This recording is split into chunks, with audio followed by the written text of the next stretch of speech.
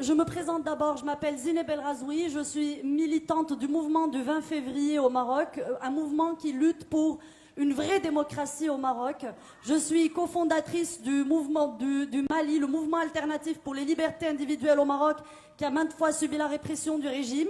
Je suis une journaliste au chômage au Maroc après la fermeture du support où je travaillais par le régime et dont voici le directeur, qui est l'auteur d'un livre censuré au Maroc parce que c'est un livre qui parle du roi du Maroc et qui est un homme accusé qui vient d'être inculpé il y a quelques mois pour le vol d'un ordinateur qui lui appartient et j'ai été inculpée du même coup avec lui pour prostitution. Voilà. Donc ça, c'est juste pour me présenter. Excusez-moi, je suis très en colère parce que sur ce panel, je vois des personnes de la société civile de différents pays, des gens qui viennent parler de révolution. Sauf pour le Maroc où on a affaire à un conseiller de Mohamed VI qui vient parler de la révolution du Maroc.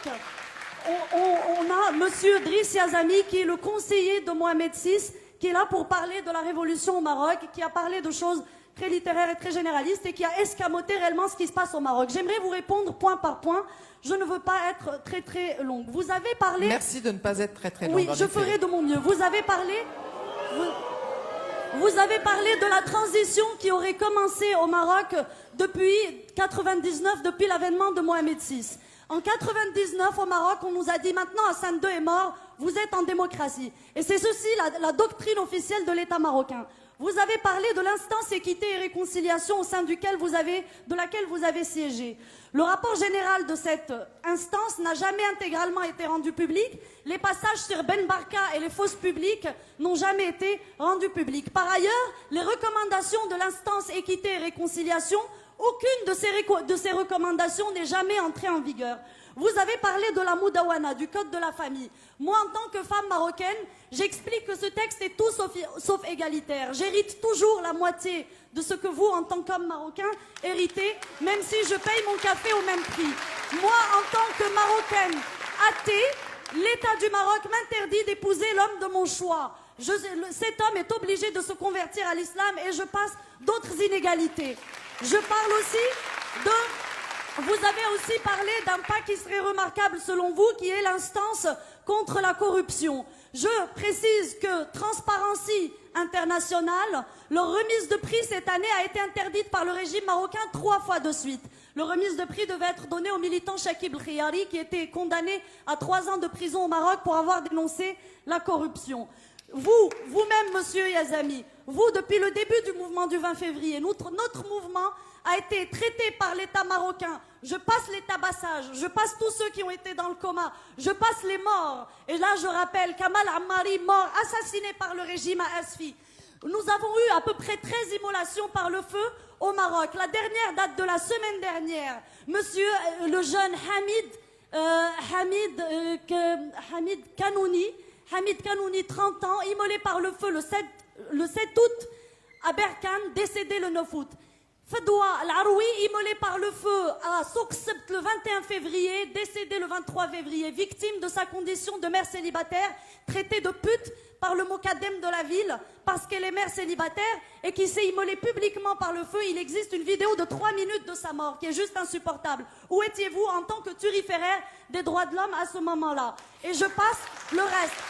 Le 15 mai, le dimanche 15 mai, nous avons été tabassés aux portes de Rabat. Nous avons été manifestés contre le bagne secret de Temara, qui figure dans les rapports de Human Rights Watch, d'Amnesty International, la prison verte de Temara, qui est un secret de Polichinelle, où des centaines ou peut-être des milliers de personnes sont passées, avec des témoignages de personnes qui ont été violées par des tessons de bouteilles, des enfants en bas âge. Et là, il y a le fils, comment il s'appelle l'islamiste là? Le fils, enfin vous connaissez son cas, sa mère n'arrête pas de le dénoncer.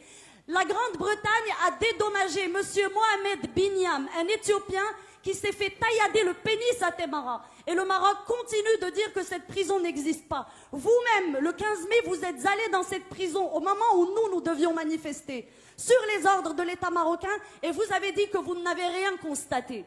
Alors que cette prison existe dans les rapports et les témoignages. Et vous le savez très très bien. D'accord? Donc maintenant, j'aimerais que vous nous disiez si le bagne de Temara existe ou pas? J'aimerais bien que vous répondiez sur ça. Pour ne pas faire pour ne pas faire long, vous êtes le conseiller de Mohamed VI. 7e monarque, 7e tête couronnée la plus riche du monde après les monarchies pétrolières d'Arabie Saoudite. Mais quand vous ramenez le PIB de ces pays au PIB marocain, vous le retrouvez vite en tête. Ce monarque que vous dites qui est là depuis 14 siècles. Jusqu'à récemment, il possédait 60% de la capitalisation boursière marocaine. Il est dans l'agroalimentaire, dans la téléphonie, dans les assurances, dans l'immobilier, dans l'hôtellerie. Il est partout. D'accord? Quelle est la différence aujourd'hui entre Ben Ali et Mohamed VI? Est-ce qu'on aurait reçu un conseiller de Ben Ali pour parler de la révolution tunisienne? Est-ce que ça se serait passé? D'accord? Donc, vous, juste pour conclure, la constitution marocaine est un simulacre. C'est une constitution qui consacre l'islam religion d'État, le droit divin, où il n'y a pas d'égalité homme-femme. Est-ce que vous pouvez conclure, Zineb, Je vais conclure très rapidement. Où il n'y a pas...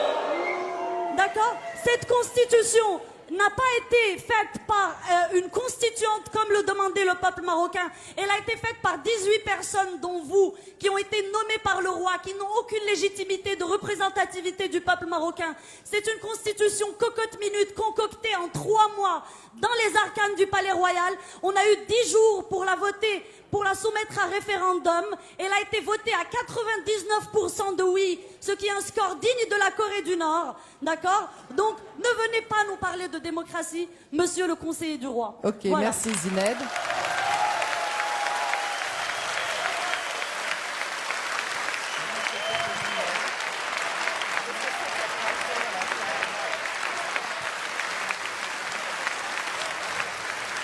Bon,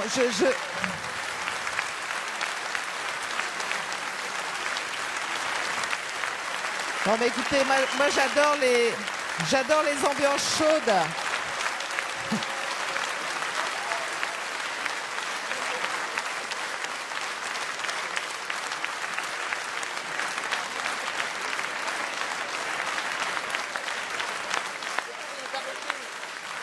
Bon, s'il vous plaît. Ouh.